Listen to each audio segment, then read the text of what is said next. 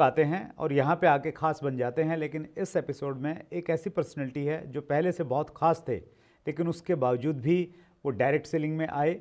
बहुत इंटरेस्टिंग है, फिल्मी कहानी की तरह आपको पूरा लगने वाला है, बशर्ते कि आप लास्ट तक बने रहें। दोस्तों नमस्कार, आदाब, सत श्री अकाल। चैट विद सुरेंद्र वत्स के नए एपिसोड में आप सबका बहुत बहुत स्वागत है।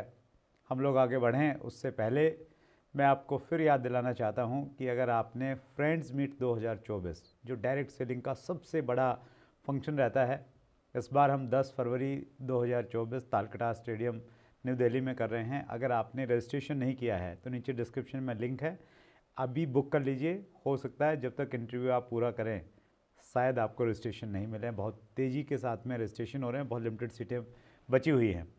पिछले दिनों हमारे मेहमान थे जेपी शर्मा, महागुरु, शुकनी मामा के नाम से आप सब लोग उनको पहचानते हैं। वो एपिसोड अगर आपने नहीं देखा है तो डिस्क्रिप्शन में लिंक है, पहले उसको देखिए, तभी आपको इस इंटरव्यू का मज़ा आने वाला है। बिल्कुल एकदम सीक्वेंस सेट बैठ जाएगी। सो आइए फिर हम लोग जोरदार तालियों के साथ, पूरे उत्साह के साथ में और पूरी कृतज्ञता के साथ में स्वागत करें जेपी शर्मा जी का। धन्यवाद सर। बहुत बहुत स्वागत है सर आपका एक बार फिर। Thank you. पिछला एपिसोड सबने बहुत इन्जॉय किया, मैंने बहुत इन्जॉय किया। हमने बातचीत की, हम बम्बई के आपके जन्म से चले थे जी। फिर राजस्थान पहुंच गए थे नागौर में और फिर आपके नाटक वाटक देखे हमने और आपका योगा देखा वहाँ पे किसमें, शमशान घाट में और उससे होते होते फिर हम मुंबई में आ गए जी। बैक स्टेज आपने काम किया वो हमने देखा, आपका बैक स्टेज वाला काम। और फिर रामानंद सागर से आप अड़ गए उनके सामने कि ये रोल तो मैं ही करने वाला हूँ जी। और उसके बाद में फिर आप 1998 में आप डायरेक्ट सेलिंग में आ गए, सेमिनार में चले गए। 2010 के बाद में फिर आपने जो वो वाली दुनिया थी, पर्दे वाली दुनिया, उसको बाय बाय बोल के आप डायरेक्ट सेलिंग में आ गए। जी। उससे आगे बढ़ते हैं अभी। जी। आप काम कर रहे थे, डायरेक्ट सेलिंग कंपनियों में जाते थे, स्टेज पे कुछ परफॉर्मेंस देते थे। उसके बाद में सीरियस डायरेक्ट सेलर बनना कब शुरू किया आपने, जब सोचा कि नहीं यार ये वाला रोल मेरे लिए सही है? 2017 में। अच्छा। 2017 में जब मैं कंपनियों की कई प्रोग्राम्स करता था, हालांकि अर्निंग अच्छी थी, 3-4 घंटे का अच्छा हैंडसम मैं अमाउंट लेता था। और मेरे लिए प्लस पॉइंट ये था कि फिल्म लाइन से था तो शेर व शायरी और जोशीली लाइनें, जो कि नेटवर्क मार्केटिंग में बहुत ज़रूरी होता है जी। फिर जो सिचुएशन चल रही है हॉल में, स्टेज पे, तो उसको स्पॉन्टेनियस भुना लेना, वो मुझे गॉड गिफ्ट था। तो मेरी वो दुकान भी अच्छी चल रही थी। तो मैं देख रहा था मेरे साथ वाले जो नेटवर्कर हैं वो बड़े अच्छे लेवल पे चले गए। तो मैंने सोचा क्या कारण है। मुझ में भी भगवान ने अच्छी टैलेंट दी है, सब कुछ दिया है मुझे। वो चले गए कहीं और, मैं आज भी वहीं कई कंपनियों का काम कर रहा हूँ। ठीक है, मेरा काम चल रहा है। और मेरी वाइफ भी परेशान रहती थी, बोलती थी क्या तुम फिल्मी दुनिया छोड़ के इसमें आ गए। तो सर मैंने चिंतन मनन किया और मुझे लगा कि मुझे इसको, जैसे मैं फिल्म लाइन के प्रति सीरियस था, गांव से निकला और मुंबई जैसे शहर में आया, वैसे ही मैंने इसको फिर सीरियसली एक्सेप्ट किया कि मुझे इसको प्रॉपर सीखना पड़ेगा, क्योंकि ये छोटा मोटा काम नहीं है जी। ये बहुत बड़ा काम है। बहुत बड़ा बोलो तो बियॉन्ड इमेजिनेशन। राइट।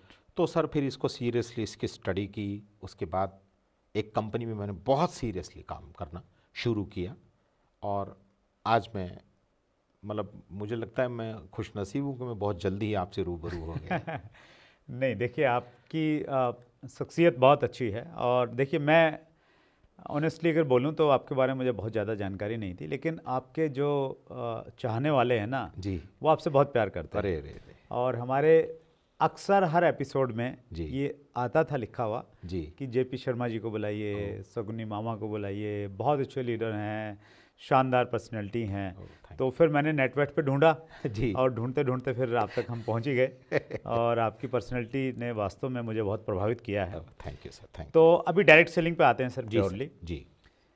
एक देखिए, डायरेक्ट सेलिंग में हमारे साथ में अक्सर होता है जी। कि लोग जुड़ तो जाते हैं, हाँ लेकिन वो काम नहीं करते हैं। जी। और अक्सर लोगों की शिकायत है जी टीम तो बहुत बड़ी है, लोग काम नहीं कर रहे हैं।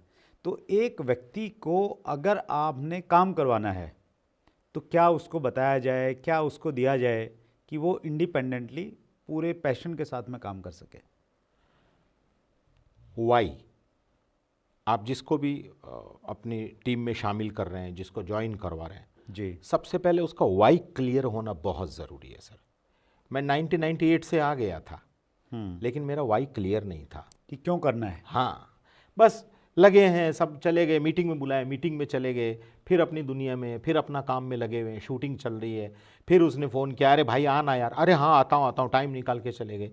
तो वो अगर आप इसको ऐसे ऐसे ही लेंगे ना तो ये ऐसे ऐसे ही करेगा। अगर आप इसको सीरियसली करेंगे, अपना वाई क्लियर करना बहुत ज़रूरी है। जैसे कोई बंदा, किसी को आईएएस बनना है तो उसका वाई क्लियर है जी, राइट सर। किसी को इंजीनियर बनना है तो उसका वाई क्लियर है। तो कैसे करवाएं इसको, अगर हम स्टेप बाय स्टेप समझें सर। जैसे मैंने जी आपको ज्वाइन करवाया, जी सर।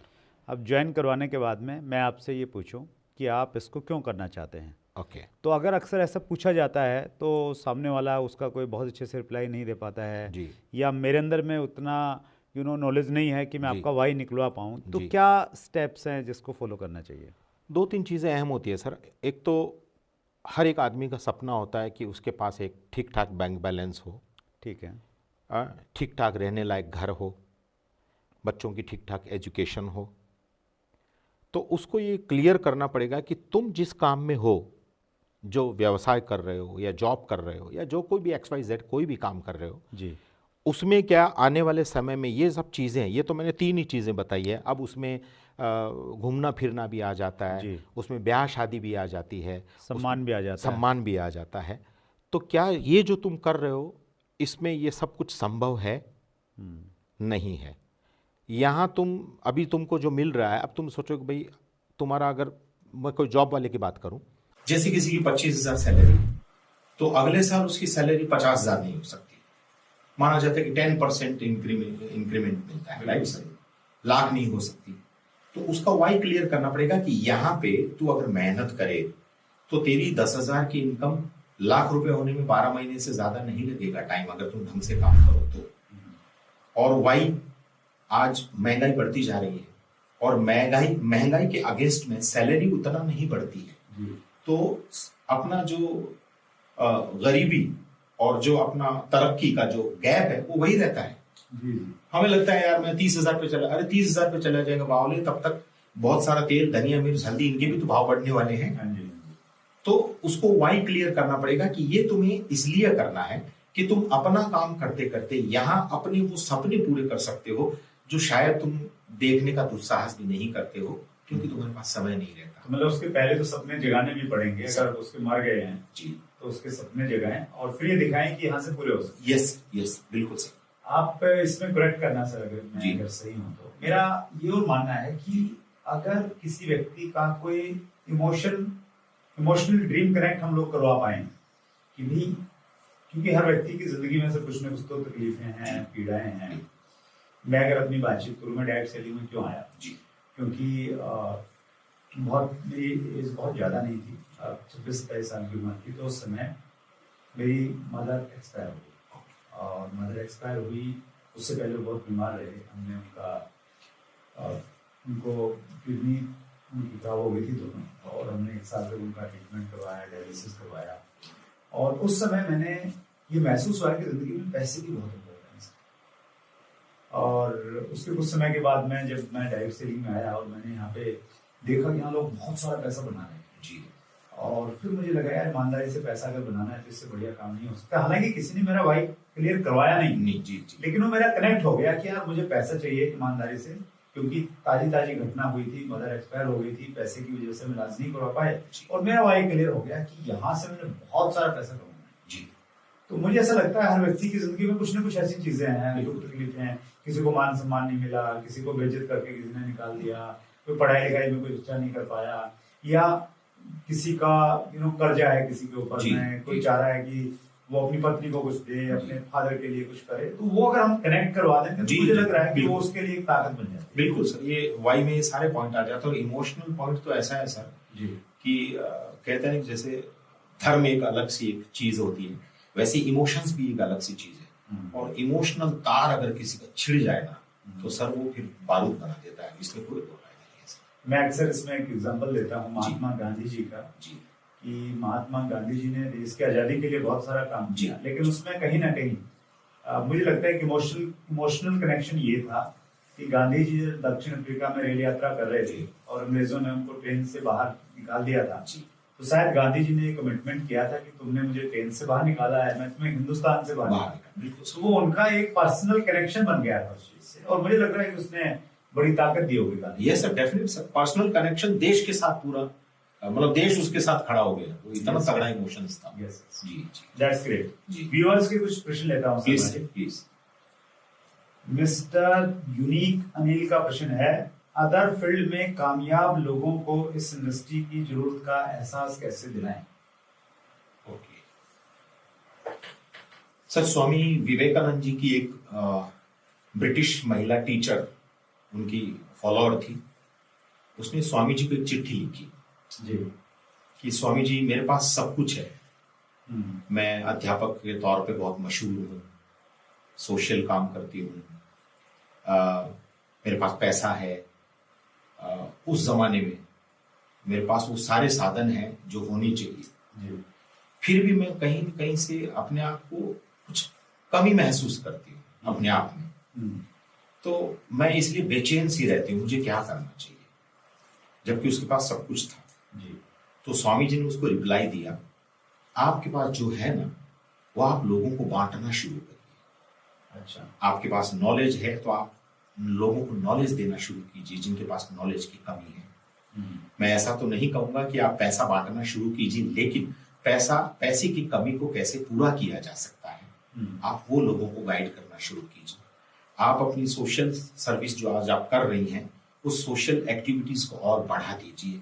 आप अपने आप को खाली कर दीजिए रोज, तो रोज उसमें कुछ न कुछ नया भरेगा और आप व्यस्त हो जाएंगी। इतनी व्यस्त होते हुए भी आप इतनी व्यस्त हो जाओगी कि आपके मन में जो कहीं ना कहीं कमी महसूस होती है ना, वो होगी नहीं। क्यों? क्योंकि आप डेली ऐसे ही लोगों से टकराओगे जिनमें बहुत सारी कमियां हैं, और आपके सानिध्य में आके वो लोग अपनी कमियों को दूर करेंगे तो आप कितने और बड़े लेवल पे चले जाओगे। तो होता ये है सर कि प्रसिद्ध जो लोग होते हैं या जो अपनी फील्ड में सक्सेस लोग होते हैं, वो हम उन पर एक ही फोटो देखते हैं कि वो बहुत सक्सेस है।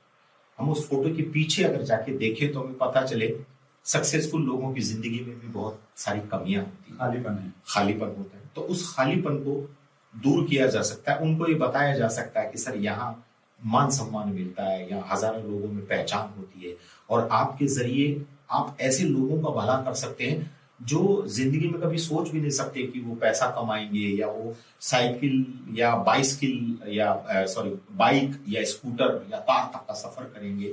अगर आप इस तरह की पर्सनालिटी जिनके पास सब कुछ है, अगर उनको आप बोलेंगे आप ये अपना नॉलेज लोगों को बताइए ताकि लोग भी उस लेवल पे आए जहां आप हैं, तो ये एक कारण से। तो उसमें हमें ये देखना पड़ेगा कि उनकी जिंदगी में किस चीज का अभाव है, और उस अभाव की पूर्ति डायरेक्ट सेलिंग से हो सकती है, वो उनको दिखाएंगे तो कनेक्ट हो जाएंगे। ज्यादातर सर लोग जो अपने फील्ड के जो टॉप में होते हैं, उनके पास एक तो समय की कमी होती है। कहते हैं ना कि सुबह होती है, शाम होती है, जिंदगी वही तमाम होती है, उनको पता ही नहीं चलता।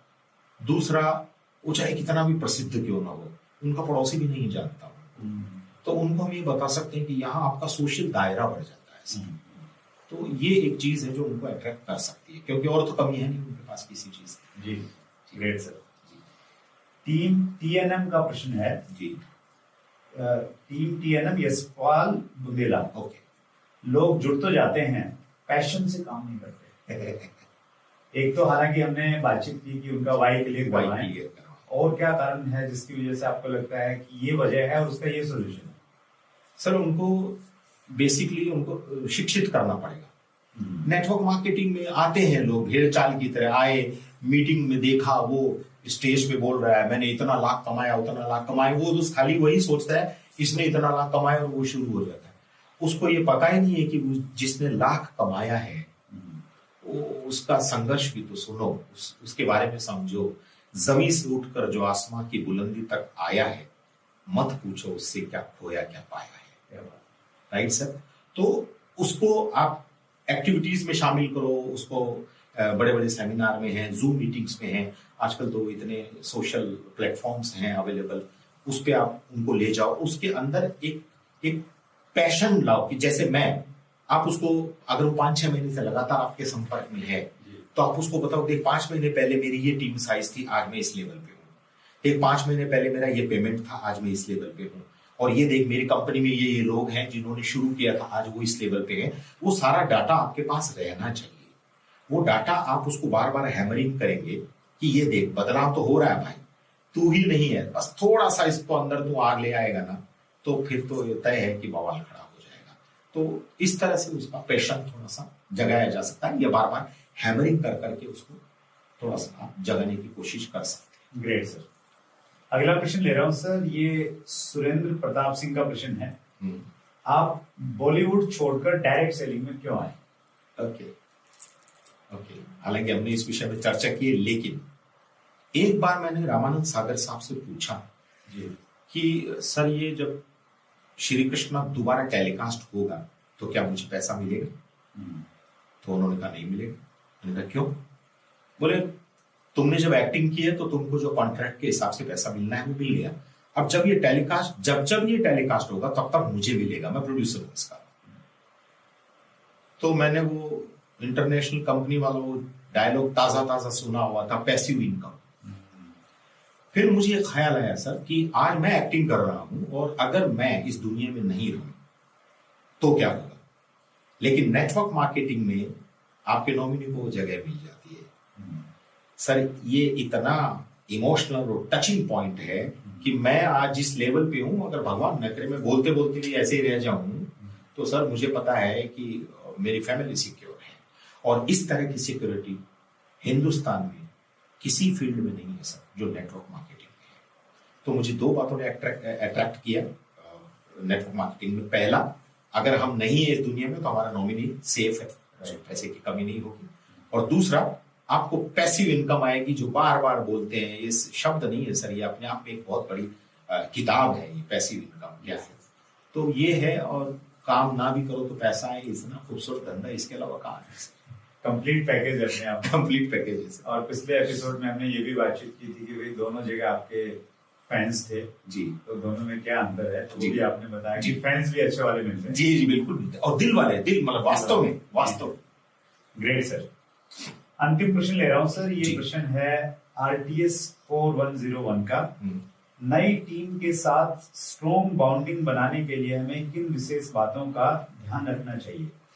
रिलेशनशिप पे बिजनेस है सर पूरा का पूरा, तो क्या खास चीजें ध्यान रखें ताकि रिलेशन मजबूत बने रहे?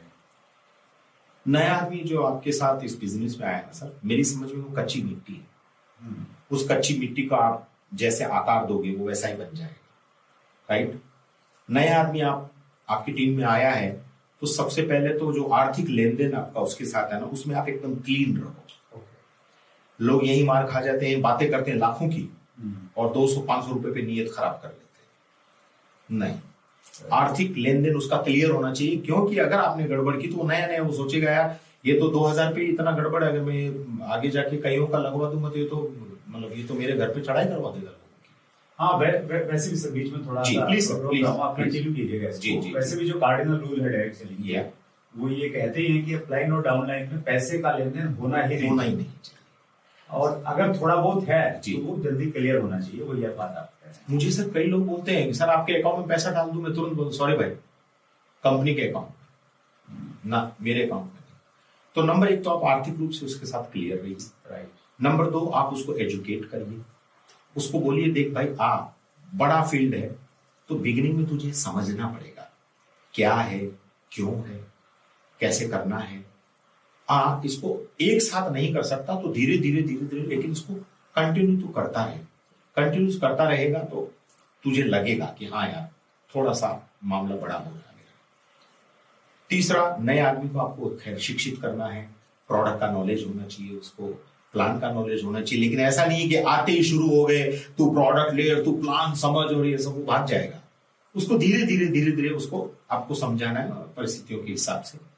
और सबसे बड़ी बात है सेमिनार्स उसको अटेंड करने के लिए बोलिए, अगर वो कंफर्टेबल है तो।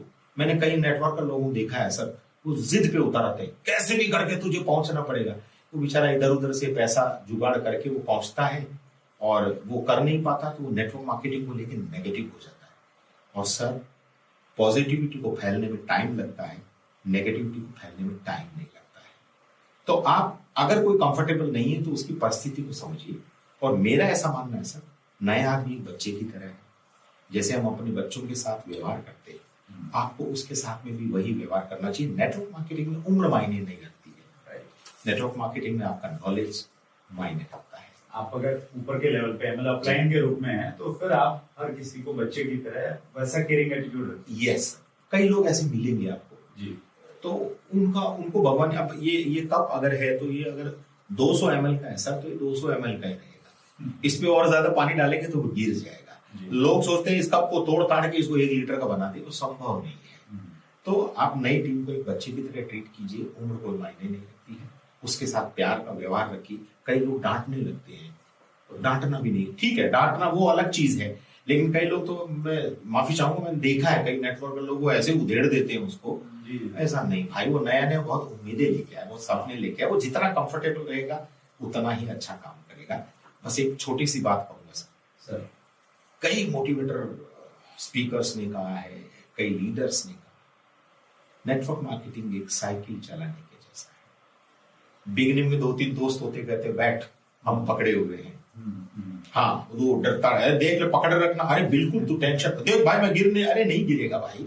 वो बैठता है, हाँ मार पैडल, वो उसको जोश दिलाते हैं।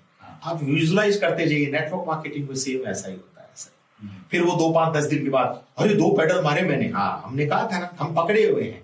फिर वो दोस्त इतने करीबी होते हैं कि एक दिन वो कहते हैं, अरे तू मार पैडल, देख बैलेंस बन गया है तेरा, पैडल मार रहा है तू, और वो छोड़ देते हैं।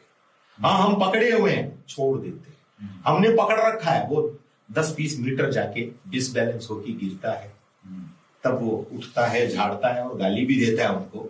लेकिन तब दोस्त लोग, अगर उसके ट्रू दोस्त हैं, तो वो कहेंगे, देख अगर छोड़ा नहीं होता ना, तो ये 20 मीटर का फासला तय नहीं किया होता। वही नेटवर्क मार्केटिंग में आपको नई पीढ़ी को सिखाना है, तो उनको आपको काम करना सिखाना पड़ेगा, उन पे जिम्मेदारियां देनी पड़ेगी। उनको जिम्मेदारियां धीरे धीरे देते जाइए। एक दिन वो साइकिल की तरह चलाना सीख जाएंगे, इंडिपेंडेंट बन जाएंगे और आपके उस रिश्ते की कदर भी करेंगे। दैट्स ग्रेट शर्मा जी, आपके पास में बहुत शानदार अनुभव है, नॉलेज है, प्रैक्टिकली जिंदगी का तजुर्बा है, पर्दे का तजुर्बा है और मल्टी टैलेंटेड पर्सनैलिटी है आप। और ये इंडस्ट्री का सौभाग्य है कि आप जैसे शानदार लोग इस बिजनेस का हिस्सा बन रहे हैं। मैंने सतीश पंडित जी के साथ में बड़ा क्लोजली काम किया, बहुत शानदार पर्सन थे जी। दुर्भाग्य से वो 2005 में इस दुनिया को छोड़ के चले गए जी। तो वो अक्सर कहते थे कि मेरे जैसे अच्छे लोग तो इस इंडस्ट्री में आना शुरू हुए आए, क्या बात।